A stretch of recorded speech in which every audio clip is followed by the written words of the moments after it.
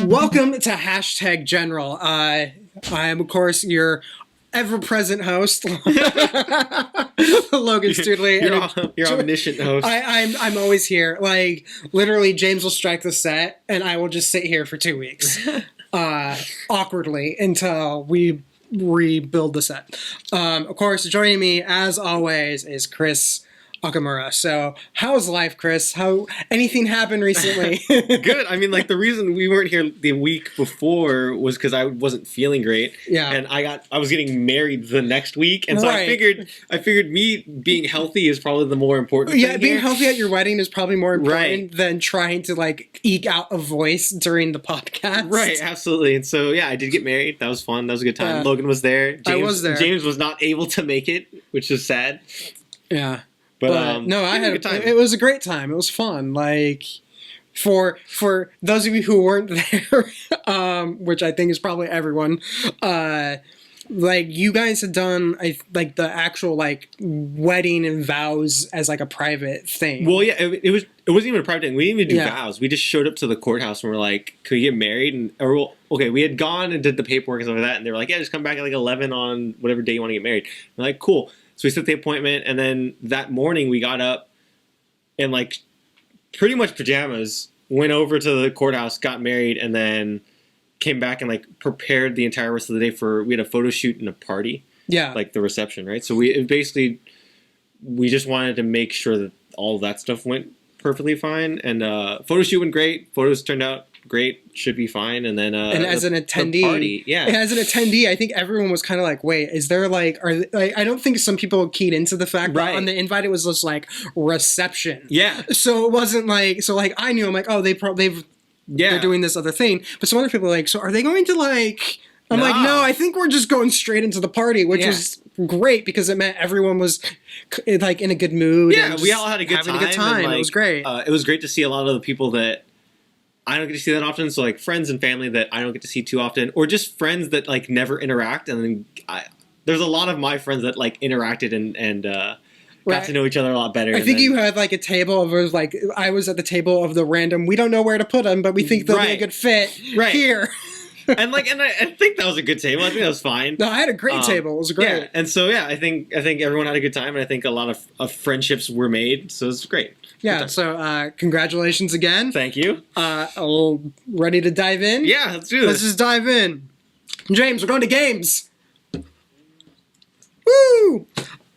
So this was the one bit of thing that caught my attention over the past few weeks was Microsoft has basically pre-announced before E3 that they're bringing more games that have been like an Xbox exclusive title Right. or a Windows Store exclusive title, Right. and they're bringing it to Steam. And I think that's interesting. I think it's a good move, but of course this is your field, It's an interesting move. I think it speaks to Microsoft's understanding of the PC ecospace, and I think like they really understand where, like they're no longer being. Let me rephrase that. Like Phil Spencer, after he took over Xbox, I think like maybe 5-6 years ago at this point, has really kind of championed the idea that they are for the gamer and they're going to be a gaming company. What's good first. what's good for the ecosystem is good for Xbox and Windows. Right. And so, they're very much champions of like, hey, we'll work with Sony, we'll work with Nintendo. Like there is no console war or no kind of road that we won't cross to like further the gaming industry. And Yeah. I think that's great. And I think that this speaks to that kind of mindset. But it also speaks to sort of the Microsoft has famously been like pretty hubris and pretty kind of let's say confident in their own ability to sell things and to control a market. And I remember how that would fall flat. Like I feel Right. like the entire Steve Ballmer era was them just basically they were Trying to slap people around with their money, right? trying to slap people around with money, but it felt like Sideshow Bob. Right. They constantly were stepping on the rake that you'd think he would have figured it out after 5 seconds. Right. To check where he's stepping. But no, they just kept walking onto them. Right. And it's stuff like that where, whether it's like Windows Games Live and like all that kind of stuff, right? So like it is, to me, it speaks to them sort of saying, hey, we're going to go to where the gamers are rather than forcing them to come to us. And I think that's smart. I think that's good. And I think it speaks to where they're going to go for the next generation, right? I think that speaks to heading into E3, getting this all stuff out of the way, and stuff that we've seen in the last couple of years at E3, of them really kind of, again, saying, look, this is our new focus. This is where we're going. Yeah, it's exciting. It's a good time. It's great because it seems like, especially in the past few years, I think you're right. They've become like they're the champion of collaboration and gaming, and just looking at the ecosystem as something that they shouldn't necessarily control. Like, they want a part of it, right? But they aren't necessarily going, I want to own it. Right. They want to be a leader in the space and not a dictator, right? And yeah. I think that's great. And I think it does speak to the fact that they had to kind of go through like come to Jesus moment, right? With like how they completely botched their mobile stuff. I think it all started with, because Xbox 360, they dominated with Xbox 360, yeah. Right? And that was such a huge... Well, I don't mean just in gaming. I mean in general, just Microsoft kind of had to like rethink their approach to so many things in the past decade. Absolutely. But I think for the gaming department, and it's sort of right around when Phil Spencer took over, it was the... Coming out of the 360 era, there was such a huge lead, and then they botched the Xbox One. I don't even think it was the release of the Xbox One. I think it was the initial marketing and initial messaging. Yeah, and this is something we've tried Xbox on One. Before. Right. Apparently, we're having streaming problems. So hey, that's fine. We're good on Twitch, but apparently Facebook might be having issues. That's fine. Sorry, Facebook. Call Zuckerberg.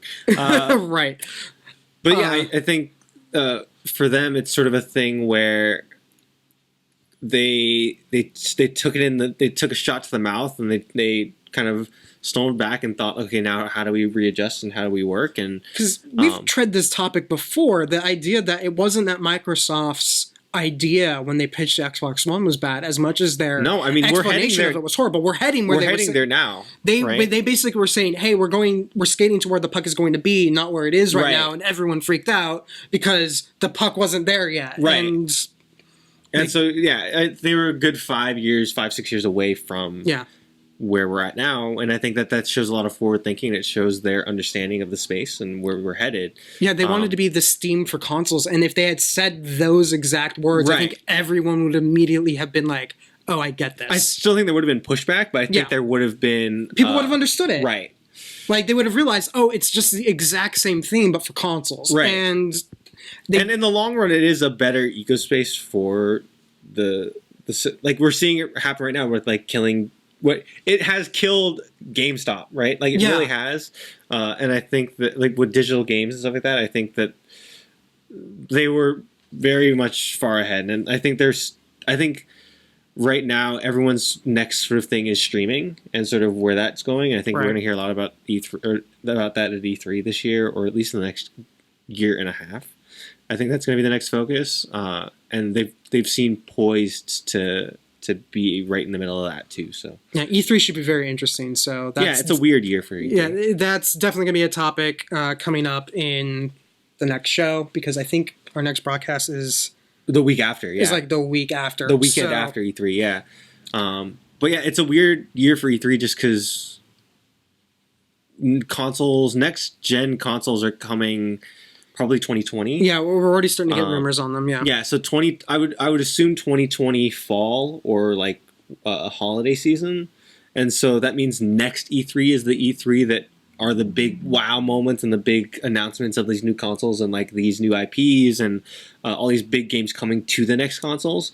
So it seems like this E3 is going to be a lot of people holding their bullets and kind of keeping things close to the vest, because they don't want to leak anything, or they don't want to show too much too early. So yeah, it's a weird year. Yeah. I think the only one really with bullets in the chamber is going to be Nintendo, just because they have a lot to put on the Switch. And there's also the rumor that they're trying to do like a Switch Pro. Right. That's the big one too, that I don't think we're going to hear about at E3 or see at E3, but I think that's coming towards the holiday season. Yeah. Nintendo usually likes to release their console updates around the holiday season.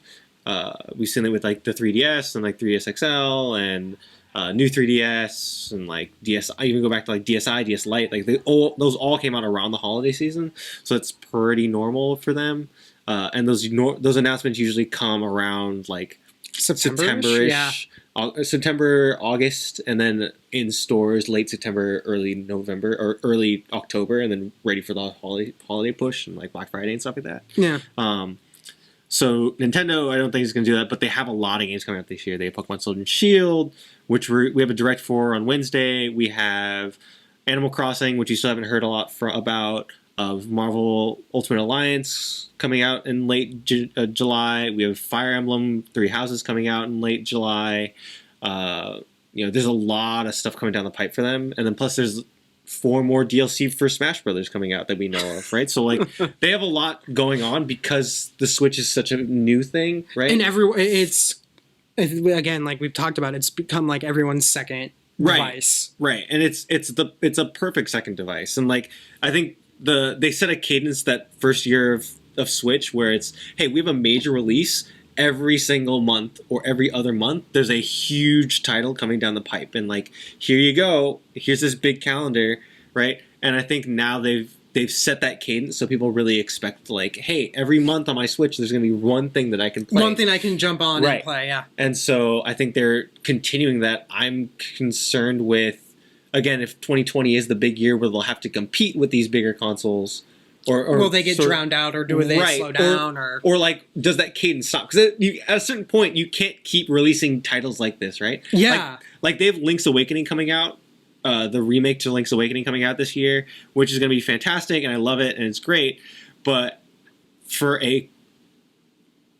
almost a casual gaming fan, like it's not an exciting new release because it's just like a huge remake of a classic game, right? Like the fans are excited, but outside of that, you can't really... like how many times can you rely on that, and how long can that carry you for if you're going up against these brand new shiny boxes with these new IPs and huge games? Because let's be honest, there's a reason why as gamers we always talk about graphics. Well, it's not graphics like specifically for the Switch, but it's like we like the shiny new things. Right, it's shiny new things, and I think it's the infrastructure as well. So like online play, the Switch isn't great at that, right? I think for huge multiplayer stuff, it's not. The Switch is sort of fallen behind, and then also with the big third-party releases, right? It's like the ones that sell every year, like Call of Duty, Assassin's Creed, all this stuff. Like the Switch kind of falls back on those because. It's not as powerful as a system, and like even if you could play them on there, there's no really reason to because you can just play it on the big new shiny thing, right? So yeah, I mean it just depends, right? But yeah, E3's gonna be interesting. It's gonna be an interesting time. Yeah, this isn't to say I don't think big things are coming to other consoles. Like I think that there's a chance Fable gets announced this year. Ooh, that'd be an interesting thing to come back. Yeah, Playground Games is working on it right now. They're the people that make Forza. That's the big rumor, right? That they're working on it because they hired a bunch of they're an open world car studio, right? So and they make some of the most detailed and best open world environments I've ever seen. And it's just a driving game, right? But they also hired about 50 to 100 people that are RPG specialists. Ooh, that's not like it's something that happens. It doesn't, and then there's nothing going on in the background. And of course, they just got bought out by Microsoft, so they're fully owned by Microsoft now. And Microsoft, of course, owns the Fable IP, right? Because they owned Lionsgate, Lionhead, right? Yeah. Lionsgate is the film studio. Yeah, Lionsgate. No, so yeah, Lionhead was Molyneux's project. So yeah, so they own that now. So the rumor was that they gave Playground the IP and was like, here, do something with it. And this is a smart way to go about it, right? And so I think that's going to come down the pipe this year, possibly. I know Halo Infinite is probably going to get more detail this year. And there was already talk that we might be getting more details about Master Chief Collection at E3. Right. So, there's a lot coming. I think there's a lot to be excited about. But again, you're not going to see the gigantic stuff. Because, again, Microsoft bought 5 or 6 new studios last year. And not like small acquisitions, like huge, like game-changing acquisitions. This is totally going to be for the next console. Right. Those aren't setups for this year. Like, you're not going to see a lot of those projects coming down the pipe this year. You're going to see them next year or the year after that. Right? Yeah. Same thing with, like, Jedi Fallen Order. I think, like, that's going to be a big one for this year. But again, like, I think you're going to see a lot of the other Star Wars projects, like, You're not going to see any more new Star Wars products for this year. No, that's the only one. I think that's the only one we're getting. And of course, if you have any games you want us to keep or talk about at any point after E3, of course, can either leave a message in the chat here, or you can message us on Twitter, or you can almost even email like we have us. some kind of information on it, and it's like a thought on it. So yeah, exactly. Like even if I just sit there silently for 30 minutes, Chris could probably just talk about all of it. Right. So of course you can. Please don't though. Logan needs to talk, and like my voice goes very quickly.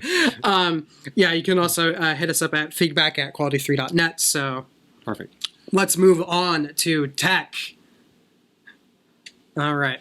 So I think we could sit here and try to talk about all of the leaks that have come out for WWDC, but I don't really like to me the most exciting thing is dark mode, right? Like that's the only thing I want.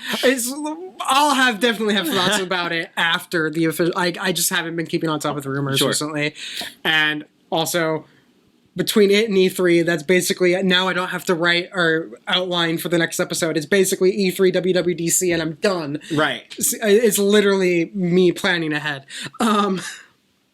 But you've recently had a tech purchase, and you've wanted to actually discuss this. So, and I don't want to discuss the purchase itself because I think it's pretty straightforward, but it's sort of the ideology behind it. So, we obviously got a ton of like gift cards and gifts and stuff for our wedding, and so I have a really old GoPro. I think it's like a GoPro Hero 2 or like a really old one, and so and it's cracked and it's old and it doesn't quite work that well, and so I figured maybe now is the time to buy a new GoPro.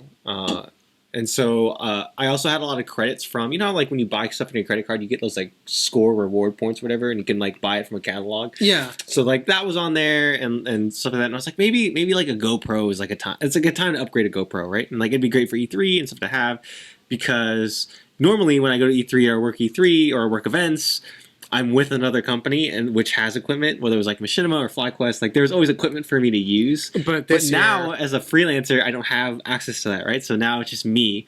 And so I figured this might be a good time to do that. So I did some research and I asked you guys, right, of like which GoPro should I buy? Which really, to be more accurate, was he asked me and I went, James, what do you think?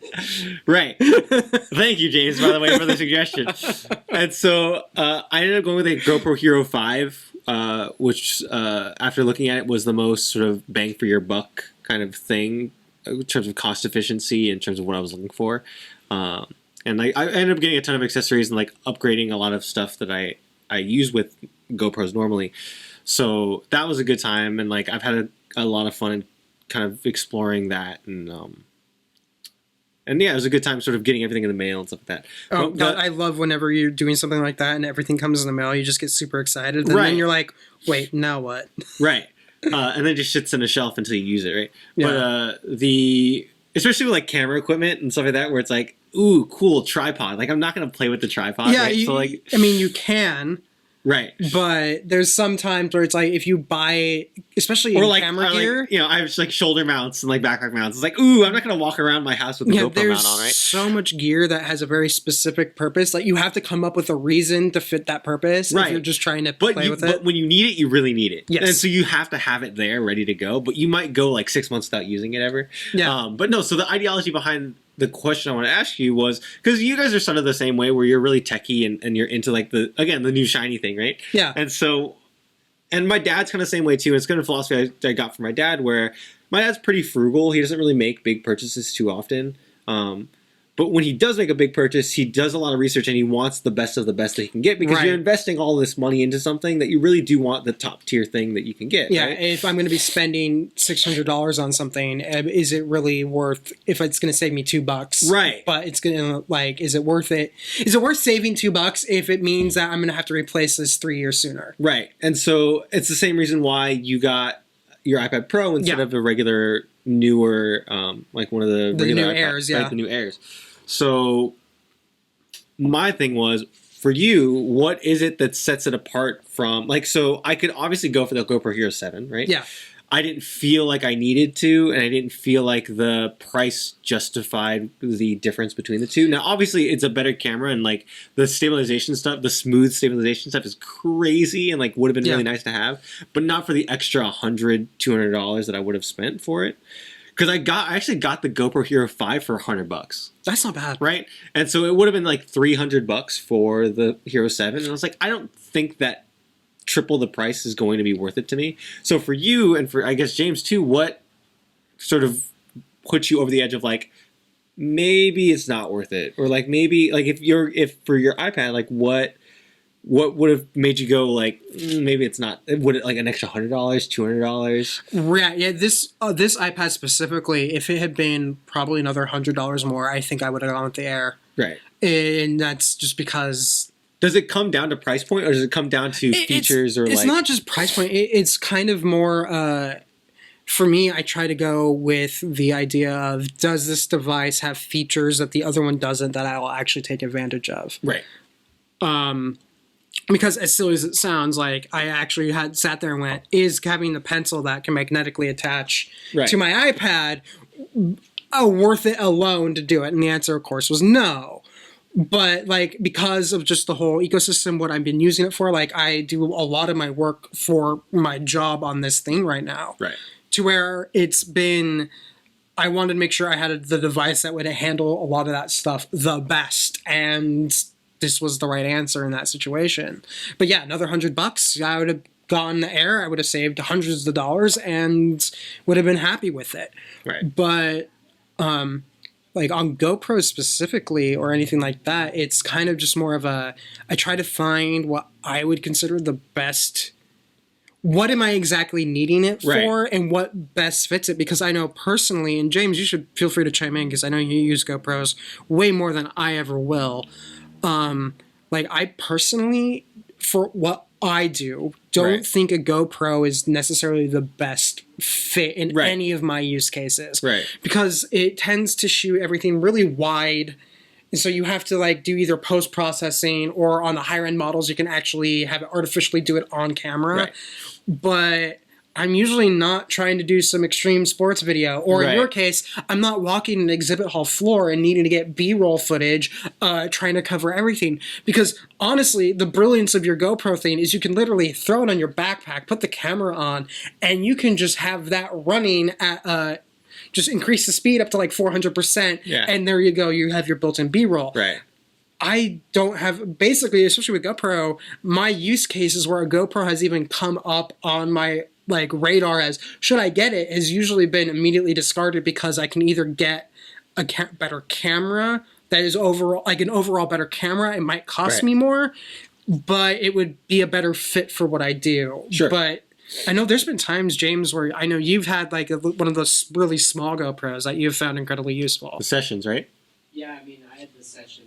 It's, you know, I sort of enjoy just recording stuff for its own sake. So I often just like put a GoPro on my bike or something. I'm the same way. And it's nice to just have a small camera for that sort of thing. And what I will say, like, I agree with you, Logan, that like GoPro isn't quality-wise the best thing, but it's especially for small electronics. Yeah. The like quality of like the visuals is improving very quickly. Yeah. So yeah, it's like. For me, it's more the lens than anything. It's not the quality of the image. Sure. It's the fact that they use a really wide-angle lens, because what it was designed for was like extreme sports, where you would try to get this immersive, wide field. And so it's just for me, for what a lot of the stuff I've looked at a GoPro for, it's like I think something like the Blackmagic Pocket camera would be a better fit. It's more expensive, but it'd be more in line with what I would need. Well, I was also looking at like the DJI Osmo Pocket or whatever, the smaller one they have, and like it's okay, but again, like for what I'm using it for, like you said, was just kind of, I always forget to grab B-roll, and I always forget to just kind of grab footage when I'm at somewhere, because it's something that I have to think about and like actively pull out. Well, especially if you're a one-man army like you are in this situation, it's going to be just where the only thing you have to worry about is whether or not there's battery left on the camera and whether or not you need to change the card. But you know you're getting B-roll regardless. That's not a bad situation. Like, it's for what you're doing. I think the GoPro was the right call. Right. It was just a question of which GoPro. Right, and like it's kind of fun. I haven't done anything extreme in my life in in the past decade, like I'm not going snowboarding, I'm not going skateboarding, I'm not surfing, I'm not like climbing mountains or The most skydiving, extreme right? thing that I do is probably risking my life on LA Metro. Yeah, or like I ride the metro, or like maybe jaywalking once or twice a week, right? Like my life is not extreme or dangerous, but I think the GoPro gave me an opportunity. It gives me the thing with GoPro and action cameras is like the variety of mounts and accessories that you use with it, right? And so it's like there's a mount, an accessory, and a usage that are sort of something that I can use in weird situations. It's an incredibly versatile camera, right? Where I usually the last couple of years I've shot a lot of B-roll and a lot of footage at E3 in particular on my phone. I have a DJI Osmo 2 with a gimbal. And so I've been shooting a lot on that, which works great. But again, it's something that I have to pull out. And when it's in a crowd, it gets very tight spaces. And so me kind of shooting with that is sort of tricky and sort of awkward.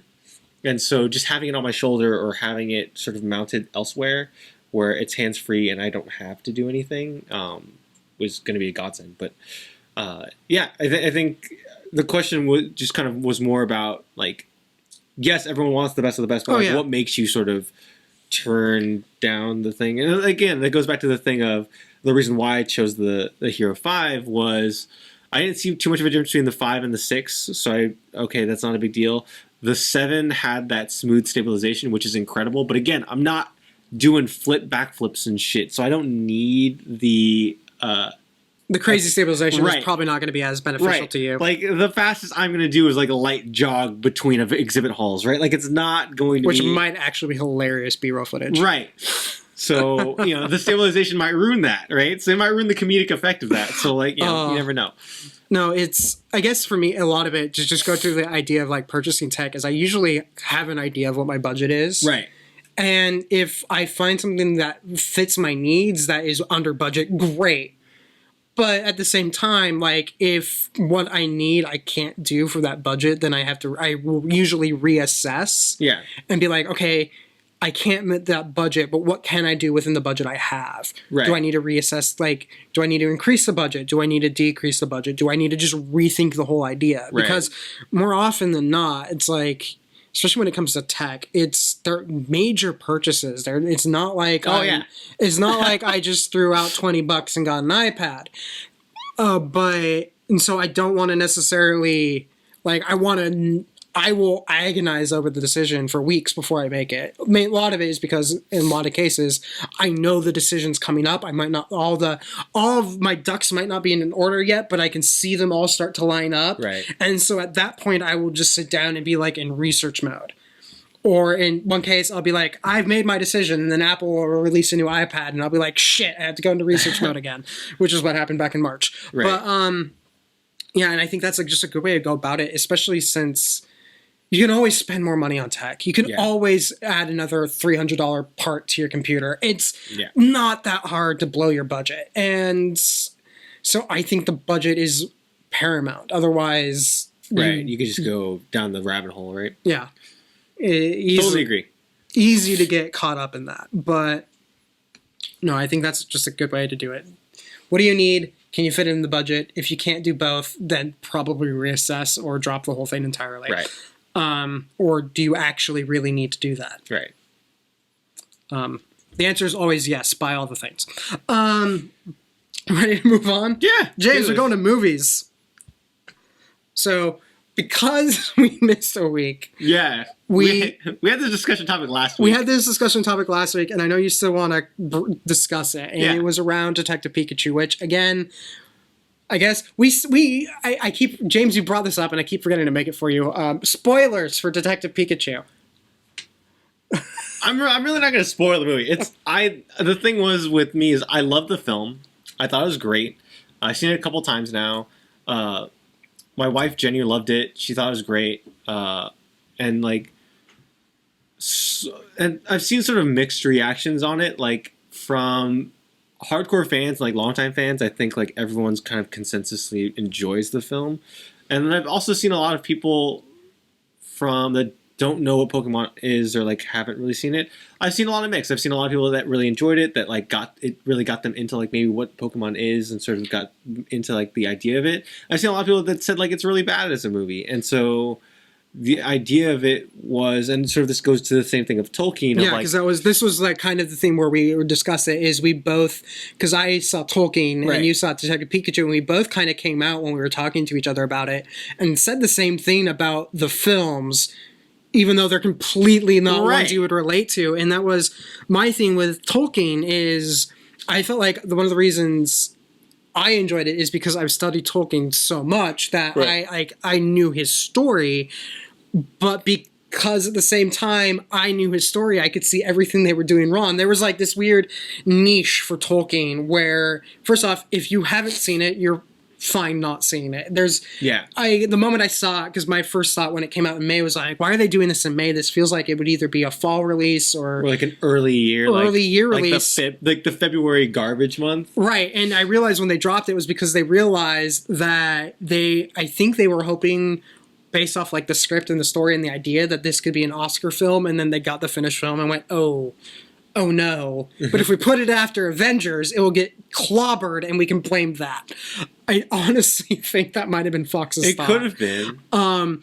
But I haven't heard good things. Like, it's not that great. It really isn't. The biggest problem is, at the time period it takes place in Tolkien's life, Tolkien wasn't working on Lord of the Rings at all. It wasn't even a thing. It was all the Silmarillion. His life's work was the Silmarillion. So they were trying to like tie in stuff happening when he was like serving in the war and growing up as a kid to Lord of the Rings, even though that didn't actually... Right. The Silmarillion is what led to everything else. So they had this weird nerf effect where... That sucks.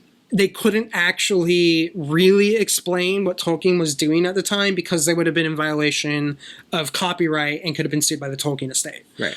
So it kind of meant that if you weren't familiar with Tolkien, you were kind of getting this really odd, shallow, empty story behind the man. So if you were a fan of Tolkien, you could fill in a lot of those details, but you'd also know everything that was wrong with the film. So their like niche market was just like bad. Yeah. But it was like we both kind of felt the same way with what we do with Pikachu. Was like, if you weren't a fan, you weren't sure that the person, if you would want to recommend it to someone. Right. And I think it goes, I would still... Seeing it again, I would recommend it to anyone that doesn't even know what Pokemon is. I think it does a great job of introducing you to it, and I think it's a fun story still, and I think it is a good time. It's just interesting to me seeing something where when you're adapting is a loose term here because they're not really adapting the game. They're really kind of taking the idea of the game and sort of putting in a different spin on it, right? Even the original Detective Pikachu game, this is pretty different from. It's a pretty big departure from. It's inspired by the Detective Pikachu game more so than it is like an actual adaptation of it. Yeah. But the same goes for Tolkien's life, right? Of like adapting sort of this man's life and sort of where he's going. And it's interesting to see them both films do things in like very different ways. Where it seems like Tolkien, from what I've heard, sort of adapted what they wanted from his life, right? And it's like this. There's trying to force it into a bucket, right? Because there's some people out there, and it's really hard because Tolkien started writing a lot of his stuff that became the Silmarillion in the lead up and during the war. Right. So a lot of people were like, "Oh, World War I is a huge influence on his work," and it's like, I think the idea of war was a huge influence on Tolkien. He saw war as this absolutely destructive menace. Right. It's not an allegory in any way for World War I or World War II. No. But they kind of try to play up the war, fantasy, demon aspect in some sequences. Because there's some war sequences that have, like, Tolkien kind of basically hallucinating, like dark figures on horses killing people. The thing is, too, that's sad is like I really like Nicholas Hoult. Right. Like, that's exactly why I'm like, this is an Oscar film where they realized it wasn't going to go anywhere. Is because you look at the cast, you look at like a lot of like just the basic idea. So we got Nicholas Hoult as J.R.R. Tolkien, and immediately you say that, and I can already hear the studio exec going, so we're going to do an Oscar push for this, right? And you can always hear the other people going, yeah, this markets itself. And then they get the finished film and they're like, oh shit. Right. It's not. Which it's happens. Not great. That's a thing that happens. Is like you make a film with the entire idea that it's going to be one of the ones that you're going to put in the horse race for the Oscars. Right. And then you get it and you're just like, well, nope. And so you'll release it at some point in the year. You might even make a ton of money on it, but it isn't going to be the horse you're going to put in the race. Right. And like kind of the opposite of that is with Detective Pikachu of like the world building. You can feel the fanfare and the love and the passion that went into sort of creating the world and stuff like that. And I think like I got really emotional the first time Rhyme City is like the main hub of the movie and sort of where it's set. And so first 5 minutes of introduction to characters, stuff like that. And then when the main character arrives in Rhyme City, and you get the montage of him walking through the city, right, with and kind of showing off the city a little bit, right, and like that whole sequence got me a little emotional because it's something where it's like, oh, this is what I wanted as a kid, like this, like I would love to live there, and it's something that kind of brings you right in, and sort of realize live action Pokemon is hard because it's all CG and it all has to it also look and feel correct. And everyone that's a Pokemon fan has an idea of what that looks like and what that feels like. And so they nailed it. They really did nail it. This is the closest thing you're going to get. And the thing that I love is that Detective Pikachu is not the story that everyone wants to see, but it was a good test ground for like, does this work? Can we do this? Can we actually make more of this? And I've heard a lot of people make that argument. Right. And like, it's the thing of like, we know that since this is doing well, that they've already greenlit 3 more Pokemon movie projects. Yeah, this is kind of like, this was the trial balloon in some ways. This is the test bed. So like, everyone wants the original Red Blue games made into a movie. And so apparently that one's in the works and was sort of they had a script in the waiting for Detective Pikachu. So Detective Pikachu was a test ground because they don't want to mess up the kind of golden goose of that movie, right? Because Pokemon is one of the most successful franchises out there. It's just they've never really been box office. I mean, Pokemon the first movie did a lot of money. I went back and I looked at that because I thought the same thing. I was like, maybe not. But Pokemon the first movie and then Pokemon 2000 both did really crazy well. I think they came in at number 1 in the box office, both of them at the same, like when they released. But again, they're animated films and they're kids films. Yeah. So that's a very different thing. This is a kids film, but there's like cocaine jokes in there, and like it's very Ryan Reynolds. Right. So I think what I mean by it too is this idea that Pokemon can be something that is beyond just viewed as the kids anime film. Right, and I think it comes back to like this is the time for it. This is the time where the generation that grew up on it is now the one that's taking the kids to go to see the movies. So yeah, it makes perfect sense to do it. So like it's great. But it's interesting too. Maybe both of you because you're both older. You're both the Pokemon generation missed both of you, right? So like it was. I don't know if it missed James. I know for me, because I was at a private conservative Christian school in elementary school. So evolution wasn't a thing. Don't get me started. But I feel like I did miss it even more so because there were people my age who are my age that are into Pokemon.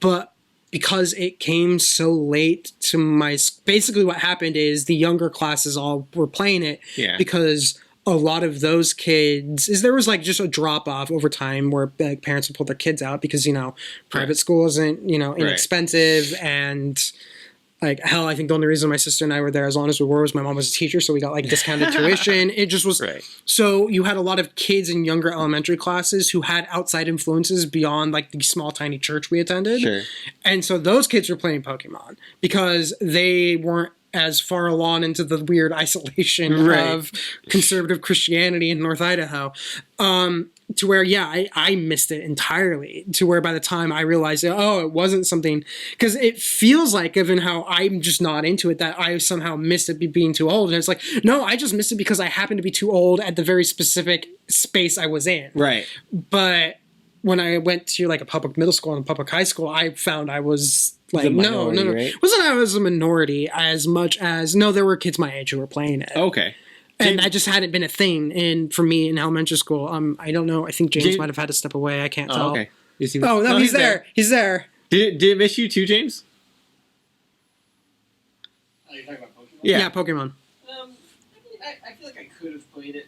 It just wasn't interesting to me. Sure. But I agree with Logan that I was a year later in school than Logan was, so it definitely felt like I could have played it. But I agree, it still felt like a little bit after my time. Yeah. Yeah. It was just like, it was kind of expensive. You had to, I feel like, didn't you have to buy the cards in little like blank packs, so you didn't really know what you were getting? So you're sort of That's basically how all of those games that's all work. those games That's work. how Magic works. That's how Destiny works. That's how everything that does a card game works. Yeah. So like Pokemon, like, so to me it was weird because I had this conversation with my dad of like, when did you realize Pokemon was like a cultural thing? Like, it wasn't going away, right? Like, I think a lot of times when stuff happens like that, it's a fad and it kind of comes and goes. Remember and like, Furby? Yeah. Like that. That is like probably how everyone like, thought Pokemon was going to be. Right. And so I think that that's such a crazy thing of like, this just stuck and like continues to stick and continues to grow and continues to be a thing. Like, it's really cool, but like, it's weird to see people that aren't into it kind of when they realize like, oh, this is just because I never thought of it as a cultural thing. I just thought like, oh yeah, I'm into this thing, and like I just never got out of being into this thing, and like all my friends were just into this thing, and we kind of grew up with it together, right? It grew up with me, it came with me, where from the outside looking in, I could see this like. I could see you as an outsider, like kind of being swallowed by the wave, and this like it's not coming. What the heck is going on? Right, no, and like just not being able to come up for air, right? Like where is this? Like my whole thing, I remember when I was first had someone trying to explain to me Pokemon, like in elementary school. My whole thing wasn't, oh, this is a game that sounds cool. I'm like, wait, the card is how much? So you're telling me if I get this card, someone will spend like give me like $50 for it? And I'm like sitting there trying to think of like, can I turn this into like some get rich quick scheme as like a 10-year-old? Oh, you know me. Always scheming. Always scheming. Always plotting. And they're all horrible plots, just ask James. But yeah, no, Pokemon was like you'd think it would have been a fad, but it just never. Yeah, no. it has all the makings of a fad. It really does. Yeah, but I think we've Pokemoned to death. Yeah. So I guess I'll leave it to you and to. If anyone wants to shout out in chat where they think we should go, do we want to discuss the Game of Thrones finale first, or do we want to discuss all the Star Wars news? Let's go. First? Let's go with Game of Thrones because I feel like that's gonna be a shorter discussion. Okay, so James, let's switch it up to TV, and of course, spoilers for Game of Thrones. Even though it's been 2 weeks, if you haven't watched it yet. Congratulations, you're probably one of like 5 people in the country who haven't watched it. Which, by the way, this is something I did include in the notes. There was an article in the New York Times where some guy had never watched any of Game of Thrones until like April. And then he binge watched the entire thing. And he was just like, it was kind of interesting to like read the perspective of someone who had been aware of everything in Game of Thrones because it was such a big cultural icon, to be aware of so much of it but not actually understand anything until he like watched it in like this big massive build up to the final. I think I got. So it's funny enough too. I did the same thing. There was an article on CNET. A guy named I think Dave Katzmir did a 22-hour or 22 movie thing for Endgame, where he'd never seen a Marvel film. And so he watched all of them before Endgame and sort of like fell in love. Like watching him sort of go like, oh, this is kind of nice. Like, wow, these films are better than I expected, blah, blah, blah, to like a diehard fan. Like, you see because he watched them every day or whatever, right? So you'd see like over the course of these 3 weeks, him just getting more and more like ingrained into the Borg, right? Like just pulled in. It's great. Love stuff like that. Well, I was going to throw a link into the chat just so everyone could read the New York Times thing, but it's apparently it'll be in the show notes. It'll be in the show notes, even though I'm like now 2 episodes behind on show notes. But yeah, the link is either dead or something. But yeah, no, that was kind of interesting to hear how it wasn't just. Did he enjoy it? I got the sense he did enjoy it. Okay. And that what was also interesting is hearing Pod Save America. They're a political podcast, but one of their team members had apparently never watched Game of Thrones until, again, like a similar type of thing. Hadn't watched it till April, and even said that they preferred season 7 and 8 because that was the moment everything was picked up and was just constantly going, which I thought was very interesting to hear. That because of how the earlier seasons would kind of be very much slow and into the minutia. I can see if you're watching them back to back. I think like when you have to sit with an episode for a week. Yeah. I think it gives you, and like maybe rewatch it, or you have to just sit with it. It gives you a lot of time to like think it through. Sit down and think it through. Really kind of dissect. And plus the conversations around it, right? So like listening to the conversation every week, like it really gets you in the minutia of it. Yeah, which is also. So what did you think of the finale? Before that, we go into the finale because you brought up the thing that the whole idea of having to sit on the episode. Right. We've discussed this, but I've also started to see it now with discussion around The Expanse because it's been picked up by Amazon. Sure. Of whether or not you think shows should be ever released on a weekly schedule when they're streaming, or if they should be on a monthly. And I know we've talked about this briefly about The Mandalorian. Right.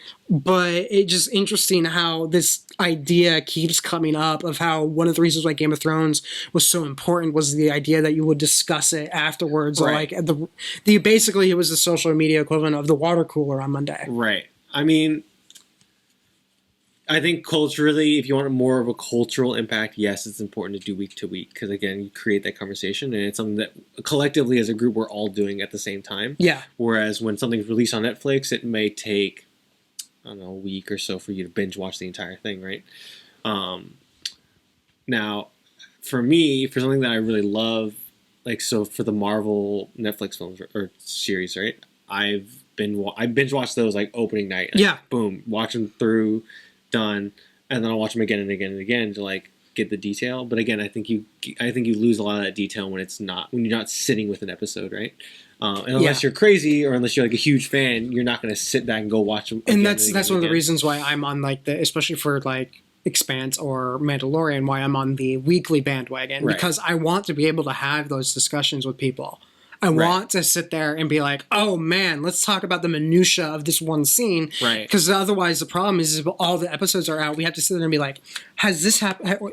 You watching Mandalorian, right? Yeah. Has this happened yet what you're watching? Oh no, don't forget I said it. Like it immediately just kind of tampers down the conversation. And I don't know, hearing that, I think, especially with Game of Thrones, I think the idea that we need to go back to like a weekly thing for some shows, not necessarily for everything, like your reality light shows that Netflix does now, you could just put them all out there. But something like Stranger Things, I wonder how it would go over if everyone was watching it a new episode every week at the same time. I think it would actually. I think if we went back to that. Because a lot of shows don't do that, right? So, like, if we went back to that, I feel like it would shift again. I think what made Game of Thrones special was because it was one of the few shows that did that. Yeah, I think if we do all of them back that way again, then everyone's watching something different, so you don't get the I don't want to do it for, like I said, I wouldn't want to do it for everything. Right. And I think that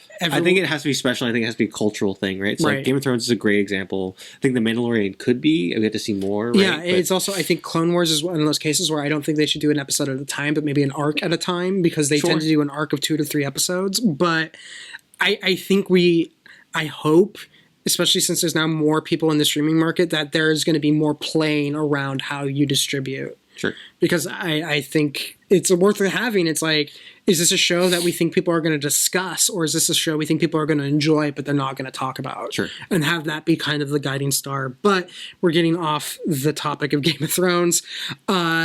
Finale thoughts, because you asked me, I'll just dive in. I think my biggest thing, and I tweeted this out, or my biggest thought wasn't necessarily like my feelings about the episode, but more like I'm sad that this is no longer a thing that we're discussing week to week. So it's more like I am going to miss the ride. I'm not necessarily entirely happy with how it ended.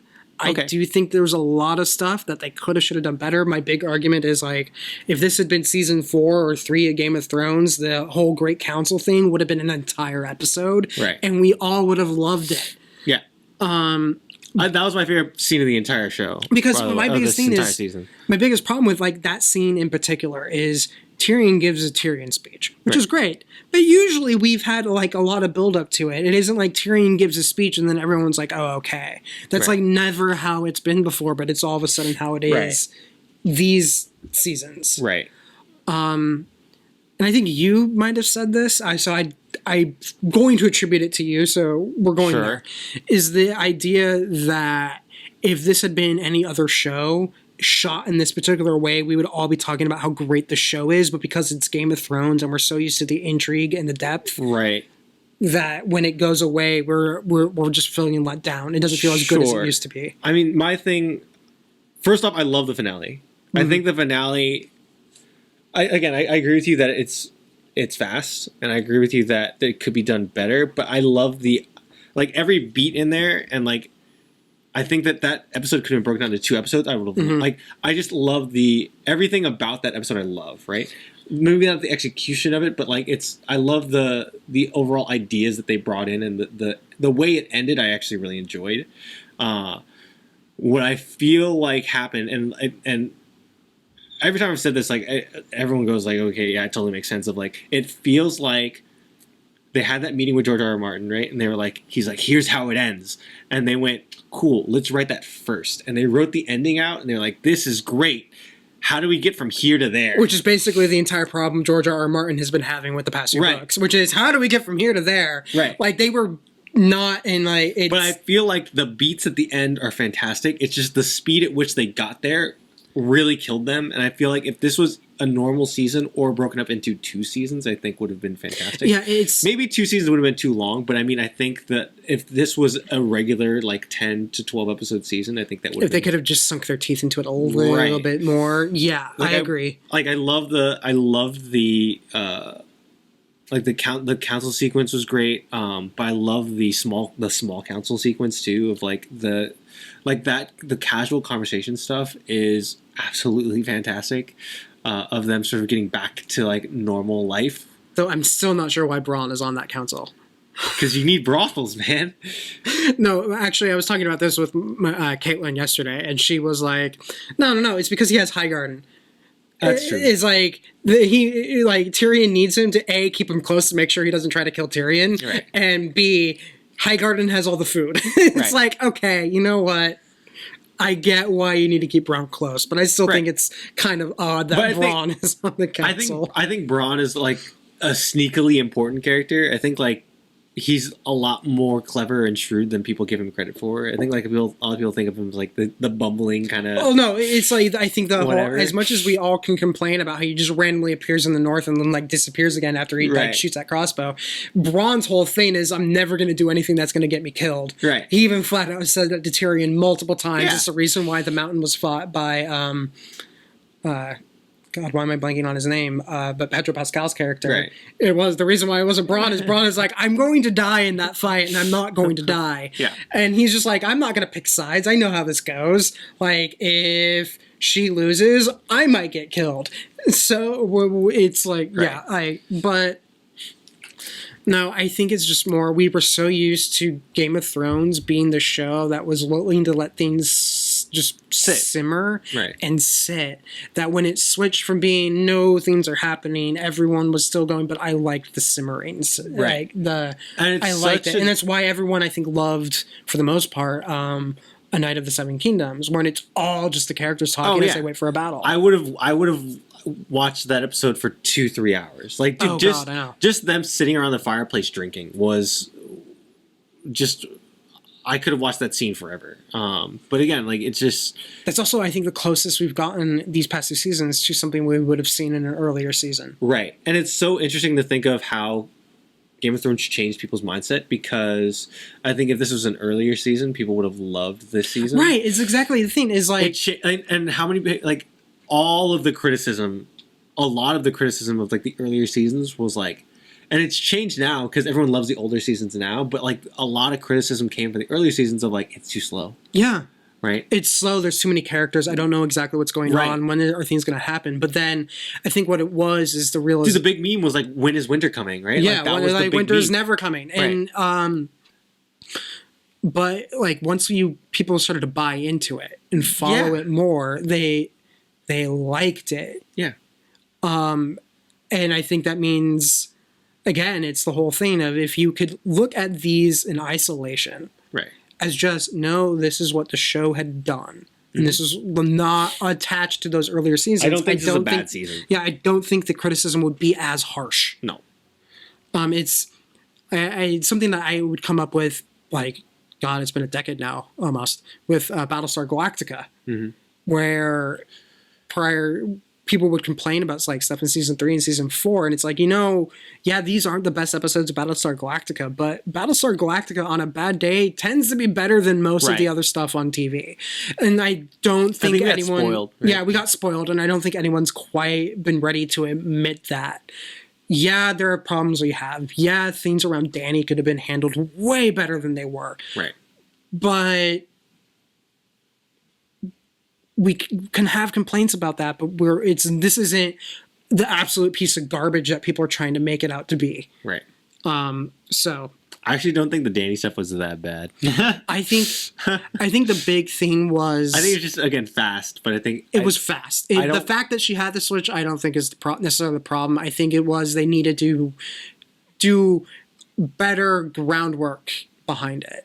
I think the groundwork was. To be fair, I think the groundwork was there. I think the difference is the shift from, like, she went from like 0 to 60, and so that's the problem. Yeah, it is where we didn't get a ramp up. We went from 0 to 60. Like, we know she has these tendencies, and we know that like she's pretty cruel and she can be really cruel, but it's always in the past been to people who all have been like, oh yeah, that guy deserves it. Right, but like when you look back on it, you're like, the justification for it is always like they deserve it. Where I think like that's a very slippery slope, because you can kind of make the argument that Danny a lot acted of people in. it. You could argue, and this is kind of how I feel about it: is Danny acted the way Danny always acts when she's confronted with an opponent. Right. It is like slaughter the masses. Right. Yeah, it's like my opponent is going to be taken out. Like, right. But I think the whole burning at King's Landing was a little basically my thing was she's got the bloodlust, man. She's got the bloodlust, but like have her just go straight at the Red Keep. Don't have her go through the streets burning everybody. Just go straight for the Red Keep, and then to make it part of the Game of Thrones. I don't know what's going on. Is she really evil? You could have had her go to the Red Keep and then have all those pockets of wildfire that we did see go off in that episode. Have them start going off and have everyone be like, "Oh God, she's mad. She's crazy. She's burning everything." But have it actually be a legitimate question of, was it Danny or was it the wildfire? But we also know that Danny has this tendency of burning her enemies, right? Like to where it then where everyone's not, where you can't say, oh yeah, she flipped the switch, where you're now questioning, go, wait, did she go? I think if they left it more ambivalent, it would have played I think the wildfire thing would have been a little too ambivalent, because it could be just an accident, right? That's what I mean. Is it I think it would have been better if it was something where it's like she's burning the streets, but there's a lot of Lannister soldiers there. Or just have it be like pure Lannister soldiers, and then maybe wildfire. Like there should have been something to make it look more like she's not gone completely crazy, and I think that would have helped. Right, but I also think like given more time, I think it would. I think if there was more of a switch, right? I think like you could have had that scene very easily if like there was more of a. Like everyone in King's Landing is my enemy, like stuff like that, right? You had more stuff like that where it kind of plants the seeds. But again, I don't think the switch is bad. I don't think like I think people calling for a remake are like vastly over. It's the whole Last Jedi remake thing again, right? It's just it's like, dude, you might not have liked it. It might not be the best thing, but it's not terrible and doesn't need to be remade. Like it's not offensively bad, right? Like you need to stop. No, I hate how that's become like the go-to thing. Yeah. I'm going to start a fan petition on change.org. The best was, I think Sophie Turner fucking called some people out. It's great. What did she say? I missed this. It was Sophie Turner or Amelia Clark. I can't remember who it was, but I think it was Sophie Turner. It was basically like, this is embarrassing, and like you gotta like it's a slap in the face to like everyone that worked on the season, right? And like everyone and all the hard work that people put into it and all this stuff, and like basically just called out all these people of like, you guys are assholes and you guys need to stop. Well, it's kind of like my whole thing when rumors were first going around that Mark Hamill and Daisy Ridley had some issues with the Last Jedi story. First off, we later learned that Daisy Ridley's issues with the story was she wasn't with Finn, Right. Because she had like a really good relationship with John Boyega. Yeah. And Mark's were because he was like, man, this isn't like the Luke I remember. But at the end, he did say that he ended up loving it at the end. Yeah, so. well, not only that, it's like having Amelia Clark be uncomfortable with some of the parts of the character. It's like you're supposed to be characters aren't always supposed to feel like there are some outright horrible people out there Right. who probably think they're perfectly justified. The fact that you're uncomfortable with what they are doing probably means you're better than your character is as a human being. Right. But I think like the uncomfortability of it makes it kind of justifies it to me of like, oh, they're kicking this character in a different direction that like I actually kind of think is refreshing and I like. Yeah, right? like when people complain about what they do with their character, it isn't necessarily always a valid piece of criticism. Right. It could literally be like, oh, I just wish I had done this instead of that. Right, because no one wants to be the bad guy, right? No one ever wants to be the bad guy. wants to like see this person that they've been with for 10 years, Especially like for turn evil, a right? show like Game of Thrones where there's so many people who you are thinking are going to be set up for the throne, and she's been one of them for the entire run of show. Yeah. It's not going to be easy to discover that you get, again, spoilers for Game of Thrones, that you're going to get stabbed in the heart by the man you love while your dragon watches. Yeah. Like, yeah, that's not necessarily going to be how you want your character to go out. Right. But I remember, I think it was Also, there's shout outs to the cinematography of this episode too. Dude, some of the scenes with Drogon are incredible. I think one of my themes is, I think it was New Yorker or Entertainment Weekly, someplace, I should find it, where Amelia Clark talked about how frustrated she was with Kit Harington because they apparently, and for if you've never worked in production before, more often than not, the production is going to pay and book all the flight and travel expenses. So they probably, as part of like a time-saving measure and a cost-saving measure, they booked tickets for Amelia Clark and Kit Harington to where they're sitting together on the same flight. She had read the scripts for the final season and he had not because he wanted to wait for the table read. And she's just like, I need to talk about this. Well, dude, so did you watch the documentary? No, I haven't watched the documentary yet. I want to watch the documentary, but she made a comment that they basically had created like a hand symbol as a means of like display, like just kind of silently discussing the scene, because apparently they had kept aspects of the final under wraps from even the crew. Like they were trying to keep it as secret as they could, so they couldn't openly talk about it. So they had like a code symbol for when they were like really like just like not necessarily down, but just like kind of like, oh man, I just like, I just need to like share and vent my frustration. But so they had like a little hand signal that they could give each other when they're thinking about like an issue with the scene, so they would know, oh, what she's talking about is actually is the fact I'm gonna have to stab her. Sure. Apparently, the moment it happened, Kit Harington, like in the table read, I need to watch the documentary. Oh, it's great. He's just like, oh shit. He literally, they showed the whole thing, right? So like Amelia Clark sitting across the table and like. She was apparently like she intentionally sat herself there to watch his reaction. Yeah, so she's watching him the whole time. She's kind of sitting back, and then so the screen, and he on like hand to mouth first, and like sits back and like looks around, and then looks up with like kind of emotional, right? Like looks up, and she's kind of like staring at him the whole time. It's great. Like I wanted to talk about this on the plane. It's great. So it's fantastic. I need to watch that documentary. It's on my to-do list. Yeah, it's great. But going back to everything real quick. One of the shots of the show is Drogon taking off behind her with the wings. Oh my god! A lot of people were making fun of it. I love that. But it's just like it was one of those cases where I'm like, oh god, they're just.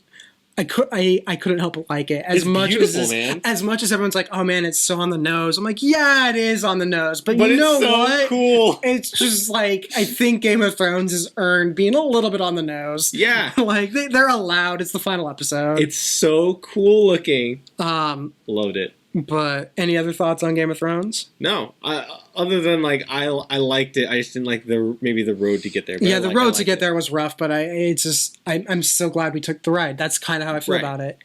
Right. And I can't wait until there's something else that everyone can talk about. Maybe if I watch these episodes in like 1.5 speed or like 1.5 speed, it'll be like a little better. Yeah, James. Was it you who mentioned something to me about the idea of how would this feel if you did a complete rewatch? Maybe. Just watching the show from season 1. Yeah, just like how would you feel? Like, would this be like if you just did like a full on rewatch? How would you think it would handle like the last two seasons? Right. I mean, I don't know. It's kind of hard and impossible at this point because I know, right? Because I know what's happening and I know like I know what I'm looking for. So I don't know. It's tough. It's tough Yeah. to say. Oh. I think this season needed to be a little slower. But other than that, I think to me it's the same way I feel at the prequels, right? Where it's like I actually like the story of the prequels. And I think the scripts overall on the prequels. They needed a script doctor. Script doctor and George Lucas's original instinct to have someone else direct it. Yeah. It's like realizing that it's like, oh, it's just no one wanted, like they all were like didn't want to get step on his vision or they were afraid of messing up Star Wars. And it's just like, oh man, like imagine if Ron Howard had done like episode 1. Right. They brought in someone else to do the draft. The thing is like the prequels, the beats and the ideas in the prequels are awesome. I actually really like if you broke the if you just had like the storylines just explained to you. It's like it's a very interesting. Really cool. It's the decline and fall of of the Republic. Right, and it's a great. I think just again if someone had never seen the prequels and you sat them down and like really explained to them the prequels and like really went through every beat, they would be like, wow, it's so cool. Let's go watch it right now, right? And then they would watch it. And you're like. The execution was right. Like that's how I feel. Game of Thrones. That's how I feel about this season. I think that's an interesting way of taking it. Yeah. Yeah. I guess that's our final thoughts on Game of Thrones. Yeah. But before we move on to, of course, the thing that we'll probably talk about forever, and always will talk about forever. Have you watched the Picard trailer yet? I did. What are your hopes for Star Trek Picard? I'm going in with zero expectations. So I'm probably the one making the mistakes and having expectations. Okay, so what are your expectations? It's more of a hope, and I don't think they'll do this. Is it a new hope? All hopes are new hopes. Okay. But I don't think they'll do this because it goes almost a little too into Star Trek lore. Okay. But I kind of like one of my ideas. I mean, they're going into Picard. They might dive deep into the lore here. But it's not from Next Generation. It's from Deep Space Nine that I would want to draw from. Okay. And because one of the things when they first said we're going back to Star Trek before they officially announced Discovery as before, and like the Kirk and all that. Right. One of my hopes had been that they took a look at what happened to Starfleet under the Dominion War, where it became incredibly more militarized. Sure. And had like a future Star Trek series kind of be more like, no, this isn't what Starfleet was supposed to be. Like just kind of almost as this.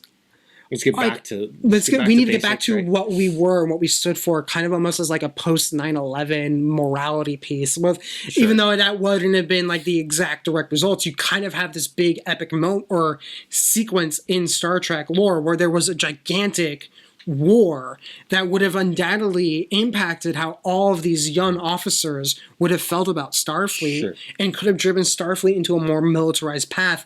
And I totally would have loved to have there be this moment where like Jean-Luc Picard is like, no, this isn't how it's supposed to be. And there's a part of me that kind of wants them to do that with Picard. I could see that. I mean, it would be great.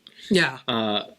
Again, I think that they could do this really, really right or really, really wrong. Yeah, and I can see that being one of those things where they'd be afraid to be too alienating because as much as there's a lot of people in the Star Trek community who would say that the best Star Trek is Deep Space Nine, outside of the Star Trek community, most people don't know about it. Right. So, They're like, is this the one with Janeway? And you'd be like, no!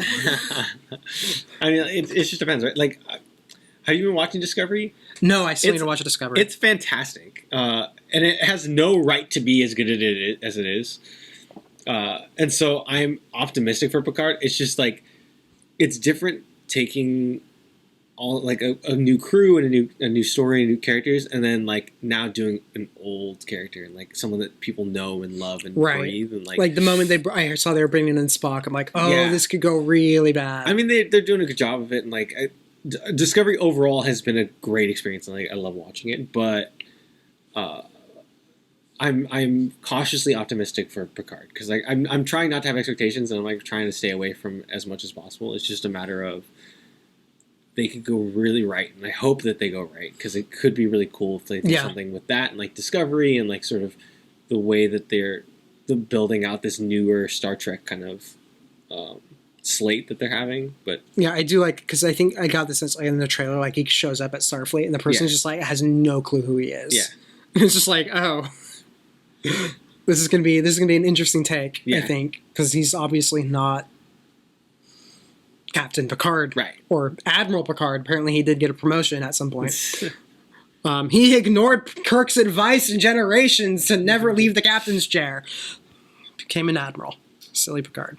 Yeah, no, that's one that's going to be interesting. That they haven't announced dates yet, and I'm just sitting there going, man, I really don't want to add another streaming service, but right. Hope like it might be one where I just sign up for a trial and like binge, just to see how I feel when the season 2 inevitably comes out. Right. But that's, I think, it for TV. Nothing. Let's move on to Star Wars. So some of these scenes were announced, and we were going to discuss them a couple weeks ago, but we haven't. We can just blow through them real quick. We can blow through them real quick because there was one that did come out after this bit of news that I do think we should discuss. Rapid fire. So the rapid fire is we do have announcements of dates for the next Star Wars series. Right. We do know that it's also the one being directed and written by Benioff and Weiss, who just got off Game of Thrones, which of course led to some people go, I wonder if they sped up Game of Thrones because they wanted to switch to Star Wars. You never know. You never know. Things go behind the scenes. You never know. There's also rumors that the Russos could be working with them on that.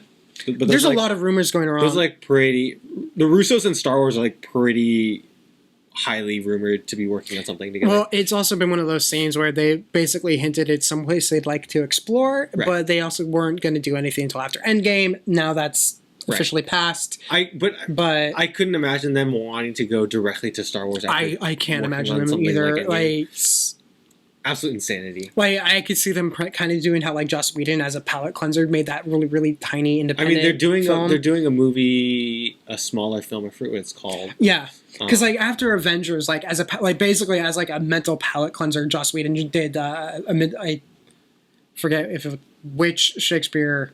Midsummer Night's Dream. It's not Midsummer Night's Dream. It's but he did basically a black and white Shakespeare film over like a period of like 4 days, just because he's like, I need to do something small. Right. And I can see the Russos kind of being in the same boat where it's like, hey, we kind of want to do something without green screens. Right. But though that was kind of the big thing. But then BuzzFeed, of all places, broke the news that apparently Lucasfilm has hired someone to write, at least the starts of, a Knights of the Old Republic screenplay. And I think that, because when they announced the dates for Star Wars, I felt like we were all waiting for another shoe to drop, because it looks like every other year they've switched it up between Star Wars and Avatar. Right.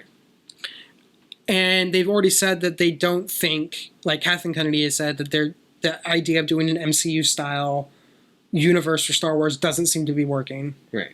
I don't necessarily agree with that, but I get why they went that way. Right.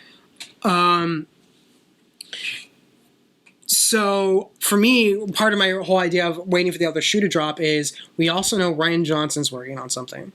We have Benioff and Weiss. People need to stop thinking that that's canceled, by the way, because it's not canceled. Lucasfilm has flat out said the only things that have been canceled, quote unquote, were projects that had never been officially announced or greenlit, but only rumored. Right. So there have been that Rian Johnson's still working. So that's what I mean by the other shoe about to drop is I don't see Lucasfilm or Disney only doing 3 Star Wars films every other year. Right. Between, what is it? It's 2021, 2023, and 2025? Right. I don't see it. No.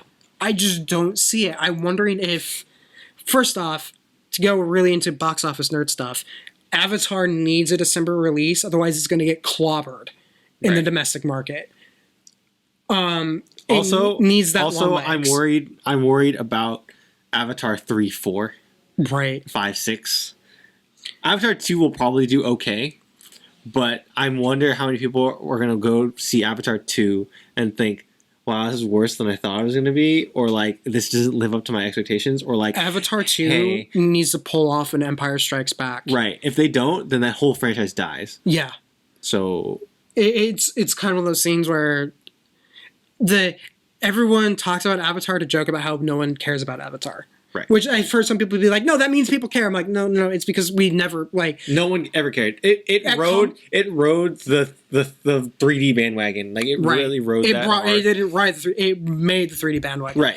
But like that's the only reason why it has the numbers it does. And my explanation too for like saying that people don't care is the first year after it had come out, I saw 2 Avatar cosplays at Comic-Con. Someone went as a Na'vi, and someone had actually made one of like the mech suits. The mech suits. That's cool. Which was really cool. Nothing the next year. Mm-hmm. Nothing the year after that. It was just like it was done. Yeah. So I don't. I know Disney has some like they obviously care about how this will do because they've done like the World of Pandora at Disney World. But I wonder how much of that is them holding dates and them just going to fill in Star Wars instead. Sure, I can see that. I can see that being the case because as big as Avatar was, I don't, at least in the domestic market, I don't see it succeeding unless everyone is blown away, like completely blown away by not just the visuals, but the story. Yeah. I don't think it has a shot in hell. And the fact that they are slating it at the big December release, like I think after the Mary Poppins failure, and then the fact that they should have put Solo there instead. Yeah. I'm wondering how much of Disney putting it there is them knowing that they kind of need to put Avatar in a December release. Yeah. Because it needs to have the ability to have long legs, but I don't know if it's the franchise that they're hoping it will be. No. So I feel like, especially with this Old Republic news and the fact that we haven't heard anything about Rian Johnson, but we know he said that he's going to be working on it after he finishes Knives Out, which is out in November. Mm-hmm. I don't think everyone's saying, oh, we're only getting 3 films. I think we're going to be proven wrong soon. Also, on top of that, there was no celebration after Last Jedi. There is a celebration next year in Anaheim. I'm expecting us to hear more then. Yeah. I would not be surprised at all if we get a broader slate. I think they do a MCU Kevin Feige like. You know, remember for Phase 3 where he came here on stage like randomly on like a Thursday and was like, "Hey, here's our next slate of films for the next whatever." I think we get that like a Kathleen Kennedy on stage like, "Here's our plan for the next 10 years of Star Wars." And if there's anything that's going to be moved by Disney on those future slates, it's Avatar. So I kind of feel like they're holding that date because they want the date, not because it's necessarily going to be that's when the film is released. Right. And from everything we hear about the production behind Avatar, like there's still, I don't think they even have scripts for 4 and 5 yet. I'm surprised they have scripts for 3. I think no, the reason why we know they have scripts for 3 is that they're shooting it. No, I know, but I'm surprised that like personally, I don't know. I know James Cameron, and I know like he's a very intelligent filmmaker, and I think he gets unfairly criticized because I think like he is a good director, and I think he is like a visionary guy. He just runs his mouth and like says some dumb things, but like whatever. He's smart and he's intelligent, and I think he's a good filmmaker. But I don't know why or how you're going to turn this into a franchise that people care about. Like no one asked for this, no one wanted this. And I know it made a lot of money, so like that means like, oh yeah, people want it. No, no one wants it. It's the same problem I think Disney had with Alice in Wonderland. Yeah. When Alice in Wonderland came out, it made a ridiculous amount of money at the box office. And no one sat there and really, it was almost like Disney didn't think about the fact that like half of its gross was inflated by 3D tickets. Right. Because that was so soon after Avatar, everyone was still on the 3D bandwagon. And plus, it was a visually stunning film, by the way. That they somehow thought, oh, hey, we could do a sequel, and the sequel bombed. Yeah, it's real bad. So... And the sequel also came out like years after the... And Avatar is like that, but worse. Yeah. It's just like... I wonder how much of this is Disney keeping it on the slate because it was on Fox's slate. and that Fox had already put so much money into it. There's no point in not finishing 2 and 3. Sure. But there's always been talk around how 4 and 5 have never really been officially kind of sort of greenlit. Right. And I've honestly saw that calendar and was just like, I don't see where Star Wars fits. You're not going to do Star Wars in May. They learned their lesson after Solo. Yeah. They're not going to do a Star Wars 6 months after another Star Wars. They're going to want to do it another year, but there's an Avatar there. So what are you going to do? Are you going to leave Avatar alone and move Star Wars like to November? No, you're not going to do that. You're not going to have one cannibalize the other. And if there's any one that you think is going to fail, you're going to shift to try to do anything with it's Avatar. So yeah, the other shoes they're going to be shoes dropping everywhere. I want Benioff and Weiss to write an Obi-Wan trilogy starring Ewan McGregor. Well, there's the rumors that it's coming out. There's going to be a Obi-Wan series coming to Disney Plus. But I want the Obi-Wan trilogy with Benioff and Weiss writing it. That's what I want. All I want. 3 movies, all 6 hours long. It's just him in the hut the entire time cleaning his lightsaber. And I want... hey, and I want, keep your mind clean. I want that Darth Maul sequence where Darth Maul shows up on Tatooine to talk to Obi-Wan. Oh, so we can get Ezra in real life? Yeah, but I want that fireplace scene to be like 2 hours of the film. I want them to just talk. Them just staring at each other back and forth for 2 hours. Well, you know what? It could be really cool if they stare at each other and then it flashes back to like different sequences. Yeah. Like between the stares, it's just flashbacks. So like it's like 2 hours of flashbacks. It's just 2 hours of flashbacks. It's 2 hours of staring intently at your enemy. Yeah. And then the fight's over in 10 seconds and then it cuts to black as soon as Darth Maul dies. Tell me, is he the chosen one? God, I love that scene. That's all I want. But yeah, no, but I guess the interesting thing too is we've talked about this. We're now actually seeing solid rumors about Knights of the Old Republic. Yeah. So I want it. Yeah. I'm curious and like I'm surprised or we still don't know for sure if Benioff and Weiss aren't the ones doing it, but they would be good writers to put on a KOTOR show. Especially since they've just come off one that has like bigger characters and epic moments. It's in the wheelhouse, right? It fits. So there's a part of me that kind of thinks that they are probably doing Knights of the Old Republic and that they probably brought in another screenwriter to help write it, is my guess. And if the rumors are also true, the Russos are the perfect people to shoot that movie. Again, like I'm curious how deep in the Old Republic lore are they going? Are they going Satele Shan? Well, here's are the they thing going that's like interesting is that we know that Dave Filoni is a fan of Old Republic stuff. I've gotten the impression that Pablo Hidalgo is also a fan of the Knights of the Old Republic stuff. And it's just that a lot of the stuff that has happened in Knights of the Old Republic doesn't really fit with how the lore has been established, especially recently. Sure. So it's going to have to be reworked.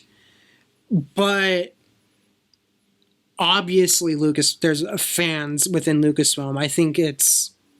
Well, it obviously has to be reworked, but I think like they can't stray too far from like these characters that we know and have been kind of brought through the...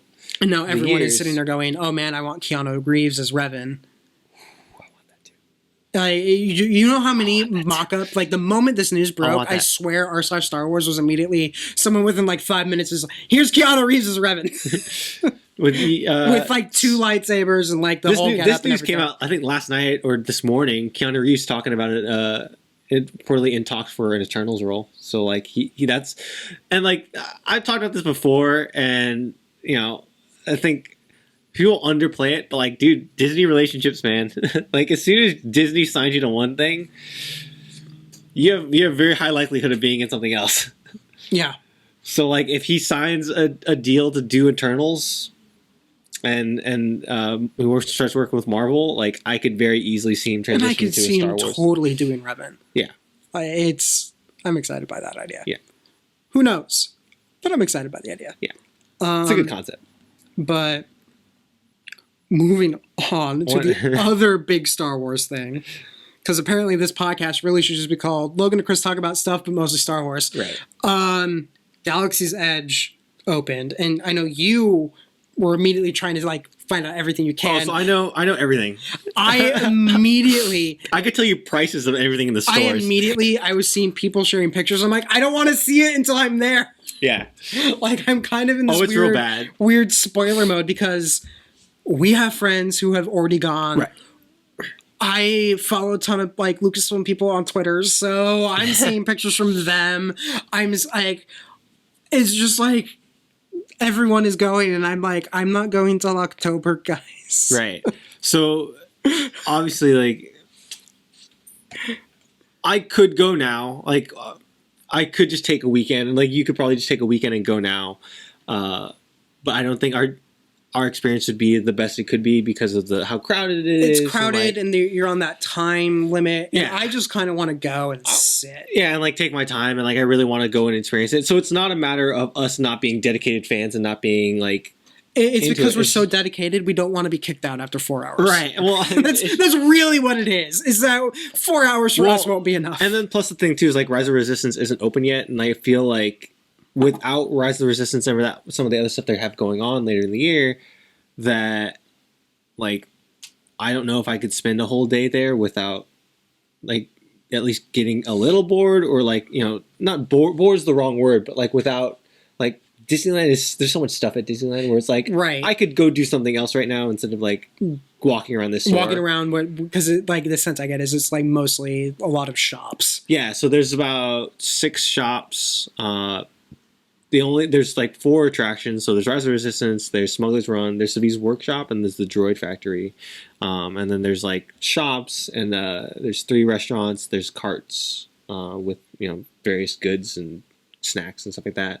And then there's a lot of like photo op opportunities, right? So there's about 3 or 4 Yeah. photo op opportunities, I think, scattered across. And like it's funny too because I grew up on Disney, and I know Disneyland like the back of my hand, and like I'm one of those kids that's kind of I know the route, right? Like Yeah. I understand, like, okay, you get there in the morning, you run this way, you get the fast pass, you go this way.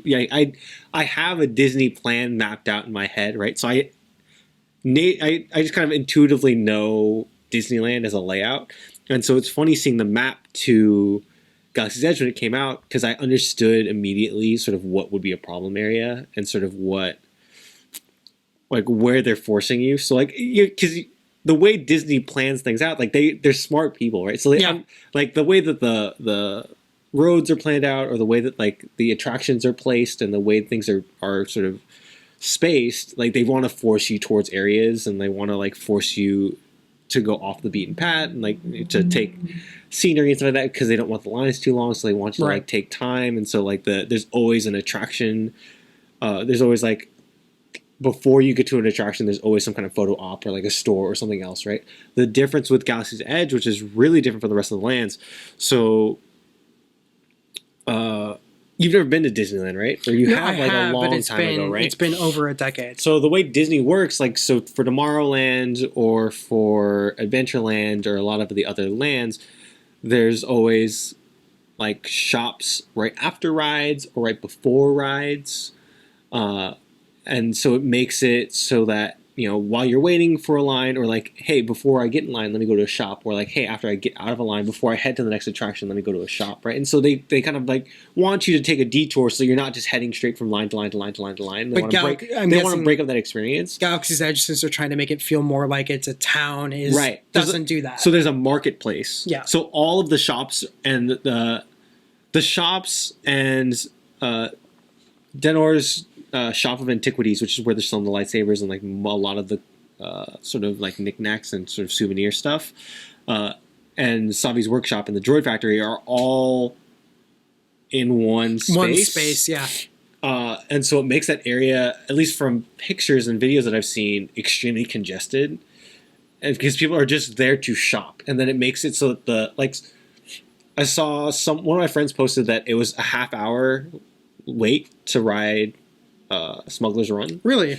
I would Yeah. have figured it was longer, but that's not with, bad. with Fast Pass and stuff like that, right? So Ah. it's like, so way Fast Pass works, like you grab a thing, it's like come back at your scheduled time, whatever, and then there's a faster line, the smaller line, right? So it took a half hour to get through to Smuggler's Run, and it took them 4 hours to get through Savi's Workshop to make a lightsaber, Oof. right? Because everyone's near those shops. Yeah. Everyone wants the merch, and like everyone, like the merch and the food and stuff like that, and like the stuff, the experiential stuff, not the rides, but the experiential stuff is all congregated because into everyone one wants space. to experience it. Right. Yeah. So like the droid factory is right next to Sabi's workshop where the lightsabers are made, right? So like those lines are right next to each other, so it's congested, it's cramped, it's whatever. And the thing is that it's I don't think the best way to explain it. When you first walk in, if you're walking in, okay, Disney people know, if you walk in through the Fantasyland side, where Toontown used to be, so it's in the top or left hand corner of the park. So if you're walking through Fantasyland side, you walk right into the, I'll call it the marketplace, the bazaar, right? Yeah. You walk into that. That's the space you walk into. So that's like the first funnel is into that store where you're going to be for the next couple of hours while you look around these shops. Yeah. And all the shops are full of like props and antiquities and like things that you want to look on the wall. That, you know, there's I think Dendar's shop of antiquities. You go up a staircase and there's like stuff you can't buy, but it's just like interactive, like you know, whatever, right? Interactive things on the wall or like, you know, things to look at, right? So you go there and then you keep walking and then there's the big Millennium Falcon where Smuggler's Run is, and then there's also like an X-Wing and like things to take photos with outside of the marketplace. So you have to go pretty far away from the marketplace to like do anything that's not that right? in the market. Right. So if you go through the Adventureland side, that's where you'll hit all that stuff first. I think that's where they want you to go. But people make a beeline straight for Galaxy's Edge most of the time, or at least I would assume so. So you enter straight through that. So basically, marketplace, they want you to go one way, but everything else in the it layout seems like is going to push you in the right. other. So like it seems like their plan was, oh, here you'll go through all the photo ops, blah blah blah blah, photo ops. Then you go to hit Smuggler's Run, and you'll turn back around and like hit the shops last as you're tired, so you want to kind of run through it without realizing that all the Star Wars fans who are going for Galaxy's Edge could are care going less. just for Galaxy's Edge. Edge. So now they're just funneling through what I'd assume Disney wanted to be the exit. So they're funneling through that area. And so now with all the energy and bravado, you're not going through the photo op section. You're going through the marketplace section. So that area just becomes very cramped. And so like instead of now blazing through this section because you're tired, you're now full of energy here and then blazing through this like slower sections, right? So at least from what I've seen so far, right? This is just like speculatory. But I also from wonder what how I've much of seen, it is the idea that everyone who's going right now is going just for that. Galaxy's Edge, right? Like, dude, if you want to go to Disneyland next week, now's the time. We should go to Disneyland and explore everything else that's not everything that's Edge. not Galaxy's Edge, because it's probably dead. Probably right. If you want to go, man, I'm totally down. Let's do this. But no, because our friends Kelly and Charles did go. Yeah. And Charles immediately was like, to me, he was like, "You're gonna cry." Yeah. I'm like, "Oh, I know. I've known since they've announced this that I'm yeah. gonna see the Millennium Falcon and I'm going to lose it." Yeah. Like it's gonna be great. I'm excited to go. I really want to go. It's like every fiber of my being telling me not to go, but like I understand that my experience is gonna be better if I wait. So like I'm not. That's kind of how I am too. Where it's like I said, I'm trying to not like look at all the pictures or watch all the video because I want to be able to like experience it on my own. But there's also a part of me that really just, as much as I just want to up and go right now, I also am like I want to go. The thing is that's funny is like we could go. We could go. The thing is we live so close and we could go. We could go. There's literally nothing stopping us but ourselves, and it's just. But we understand that the experience will be better. Yeah, like or we're hoping the experience will be better if you wait. Really, I don't know. I think because we've talked about like going in fall, right? And it's just like going in fall. All the kids are in school. No one's really on vacation. Hopefully that means that the crowds are quiet enough that we can have like a decent, on like a weekday, we can have a decent experience. I hope Rise of Resistance is open by the time we go. Because again, like I've heard that the experience of it is fantastic, but like the actual things to do, you run out of things to do pretty quickly in Galaxy's Edge. So I'm hoping that it opens up. Yeah, because as much as there's like the whole thing about there's not much to do. The ability to basically do it's like it's Westworld with Star Wars. Right. The ability to have that is just like If you told are you if gonna- you told 11-year-old me that I could basically go to a theme park that was like, no, you're in Star Wars, I would never want to leave. If Well, you are you tell gonna buy 31-year-old me the same thing, I also never want Are to you going to leave. buy a costume and then change in the bathroom and then kind of just walk Don't they have around? rules against that? You can do that. Yeah, because I remember people are doing hearing that they were trying to like restrict or talking about restricting because they already have rules against costumes at Disneyland. You can't wear full masked costumes. Yeah, But you can wear like if you go to Galaxy's Edge, you can go to the bathroom. You can change in the bathroom and then. wonder if I can get me some Kenobi armor. You can't get Kenobi armor. No, they Damn. don't have that. But the prices actually aren't too bad, from what I've seen so far. And like, of course, there's more to come out, and like they could release something crazy expensive. But like the armors are expensive. Like they have first order armor that is. There's like Stormtrooper first order armor that's like $6,000, which really you could make Stormtrooper armor that'd be more accurate with the first What's order. the name of that company that does it? It's not Axios, or is it Axios? I forget, but like There's a company that will make custom stuff, and that's about as much as it would cost to get the custom made stuff but I by mean, a you third could, party. but you could literally do like your own custom Stormtrooper armor for like $1,000, $2,000, Yeah. like easy, and it'd be probably better and more accurate, like whatever. It's like Filoni said that they're when they brought in 501st people to be background extras as stormtroopers They're in more accurate Mandalorian, than they have more accurate armor than we do. Yeah, and like the thing is, like the resources are there. I could see if it was something that's hard to make and something that wasn't very much like hard to like was something that like you didn't have a lot of resources for. But like, dude, 504 has so many resources. You can make. They have so many tutorials and so many people that would help you out and like so many questions you can ask. And like they have so many resources you could do to make accurate Stormtrooper armor. Yeah. Where it's like $6,000 is not worth that money. But like the Dendar's antiquities, the lightsabers that they have, the legacy ones, like the Rey lightsaber. I think you can get both Ahsoka Tano's lightsabers, like so it's a 2-pack, right, for $200. The regular like Graflex lightsaber, Rey's lightsaber is like $109. Like it's not bad. Yeah. For especially for what you're getting, right? Like it's not bad. Like of course relatively speaking, everything's expensive, but I mean, for what you're getting, It's inexpensive in the sense that it's Disneyland. yeah, like a Jedi, like a authentic Jedi robe is like $80 or something like that. Oof. Like, Because we talked about how we're totally Celebration next year in Anaheim. It's after missing the last Anaheim Celebration, I'm not doing that again. right? Kind of would like to go in like Clone Wars era Kenobi Oh, yeah. armor. Totally I would with love you. to do that. $80 for a robe, so I don't have to make it myself. I'm very tempted. Right. Like the tunic, I think is $60. The belt, I think it's a full leather belt with the lightsaber The hooks and stuff like that, and like all the greedlies, whatever. It's just $50. All this stuff isn't bad.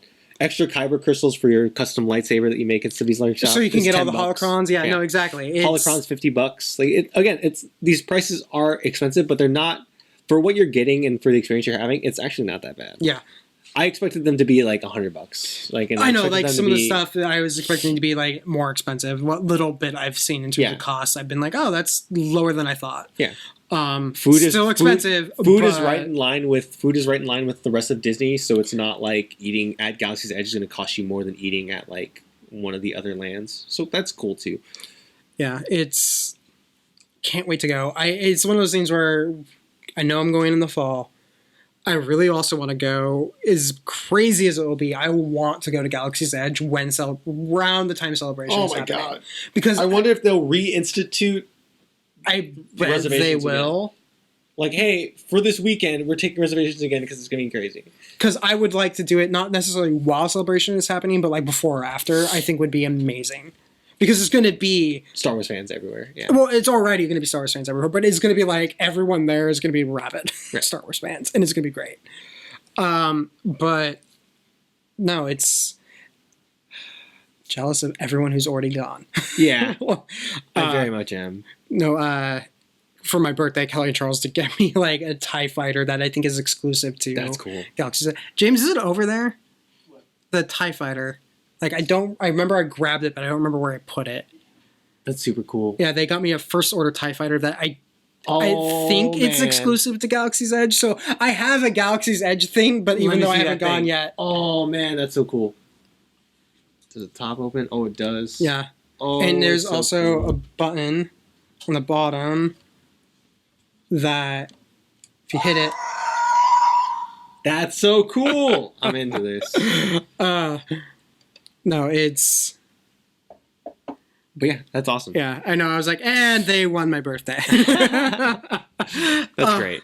But yeah, I think it's one of those things where like everything we're going to be hearing about Galaxy's Edge is just gonna. Yeah, and like part of me is sad that I know so much about it already, but part of me is also like, you know what, Especially since most all the stuff that's coming out is like the shop info. Yeah, It's like, less of a. to me, like knowing prices and stuff like that is sort of helps me with my expectations of what to It's going to be one of those expect things I'm going to step into inevitably at some point once it quiets down and I can just find like price information without seeing all the videos and all the Right. photos and I can just Right. get like how much is everything. That'd be great because then I can sit down and be like, well, I want to get this, this, and this, and I can you budget plan it accordingly. out, right? And like the thing that's kind of cool too is it's like I watched the whole Sabi's workshop, like the lightsaber build, so I understand how it works, and I've watched the whole presentation, and like it's about 15 to 20 minutes of like presentation and fanfare, and like there's a whole you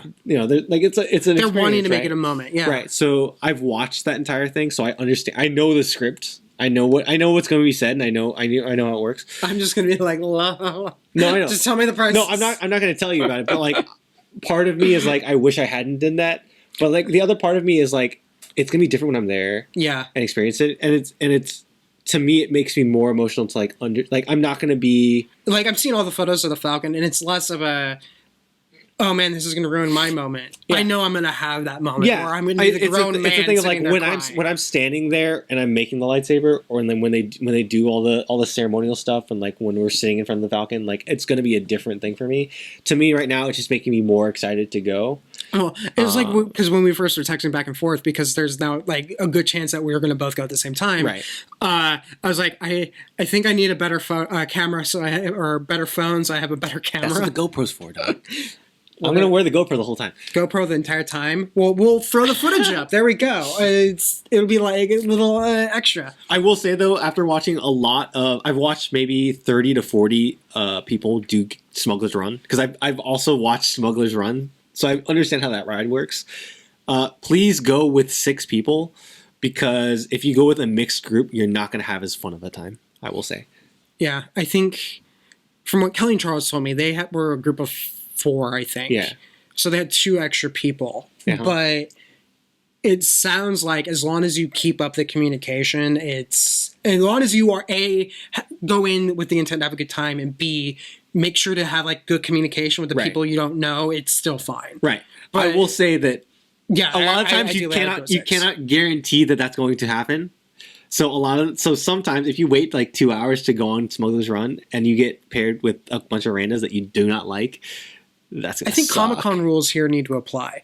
Talk to the people in line. You're going to be waiting with them for a while. Yeah. Talk with them, because if they might be your co-pilot or your engineer gunner. or your gunner. So you please just talk. It's also, you're at Galaxy's Edge, especially right now. The odds are you have something in common with that person, even if it's just Star Wars. Right. And that's one of the things. It's just gonna suck if it's me and you, right?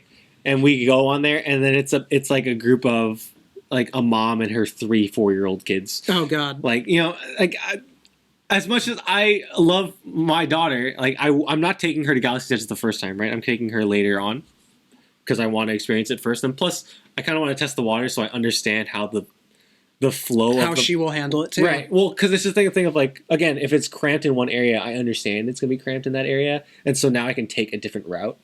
Yeah. And so I like to. Again, I'm a Disney person. I like to plan out and understand the layout of the land before I like take an unknown variable to the to the park. Kids are easily lost in Disneyland. Okay, there's a lot of kids, and my daughter is not the most behaved person in the world. She's very energetic and she's very excited, and so like, you know. Oh man, she must. You've taken her to Disneyland already, right? No, I have not. Oh, okay. No. And the thing is, like, I told Jenny this too, because so for Jenny's work, she gets they have like an employee night where they rent out Disneyland, and so they keep it park open later and they kick everyone out after like 7 o'clock or whatever. So it's for about 6 to 8 hours. It's just employees, so you really get on rides very, very quickly, and there's no wait in the line. And so that's where usually when we go, because that's the best time for us to go, right? Yeah. And so that Jenny wants that to be her first time going to Disneyland it's in January all the time. So this upcoming January, so she'll be almost 4. And I told her we'll have to see because of her height. And Jenny said, well, she can enjoy a lot of the other rides. And the thing is that, I mean, you've met my daughter, and like she's very headstrong, and she's very much her own individual person, and she's very brave and very much like wants to do everything that we do. I don't think she's going to really be happy with the height restriction. Right. And so I told Jenny, I was like, we have to wait till she's a little taller and she can ride everything, because I don't want her to point at something, get excited, and then I have to tell her that she can't ride it because she's not tall enough, right? Like, I don't want that to be a problem for her, especially her first experience at Disneyland. Right, you don't want that to be the memory that sticks. Right. So, I want her to have a good one. So we're probably going to hold off on that until maybe the next year, maybe until when she's 5. But, I don't know. A little bit of a side story, but... Yeah, no, it's... Yeah, I'm excited. And plus it gives her time to watch Star Wars. Yeah, because she's only watched bits of it, right? Yeah, she's only watched bits of it, and I don't think she's really kind of grasped the concept of them. I mean, she'll sit through like a cartoon and stuff like that, and she'll sit through some movies, but like it just doesn't... You don't know if it's sticking, right? Like, okay, some movies I know it sticks because she sits there, she stares at it the whole time, she makes jokes the whole time, but whatever. But some things she kind of wanders around and she sees in the background, but who knows? Yeah. But anyway, Galaxy's Edge, can't wait. Very excited. Very excited. Anything else you want to throw out there? No. Star Wars? No, I think I'm good. Yeah, James, I think we're going to wrap this thing up. We will be back sometime soon with more Carmen Sandiego. I'm so sad I missed that. How was that, by the way? It was fun. Especially since the version I found isn't the exact same version I played as a kid. So there's like an extra little game in there that I had never done before. Oh, that's cool. And James and I were both like, what is the point? Like, I don't think we haven't figured out the point is, or if it like actually does anything more, but we were like doing the little mini game. But no, we just need to figure out the date for that. Hopefully we'll have some more info soon and have that ready to share, because apparently... Like, James had messaged me about this at the start of the stream, but apparently we were having problems with Facebook then, too, and we're having problems with Facebook today. So we'll be trying to figure out why Facebook isn't streaming anymore. But other than that, the only thing I would say is, again, of course, please like, share, subscribe, and do all the fancy things. Because we're on Twitter, Facebook, all those places. Feel free to, of course, if you are watching, you can always leave us a message in chat, but if you have any thoughts or comments you would like to leave, you can hit us up on social media or send us an email to feedback@quality3.net. Other than that, everyone, I think you should all have a fantastic weekend, and we will see you guys in 2 weeks.